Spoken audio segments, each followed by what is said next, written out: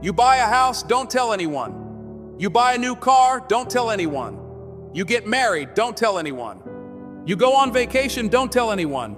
You pursue a training, don't tell anyone. You get promoted, don't tell anyone. 99% of the time, the reason our dreams don't come true when they should is that we open our mouths too early to the wrong people at the wrong times. We make the mistake of sharing our successes with people who claim to be friends. Remember, envy and jealousy are enough for people to feed off you and tear you down, so shut your mouth. Most of your friends want to see you succeed, but never better than them. And don't forget, even family members can harbor hidden envy, but they can't stop what God has planned for you. Leave us a thank you in the comments to support us.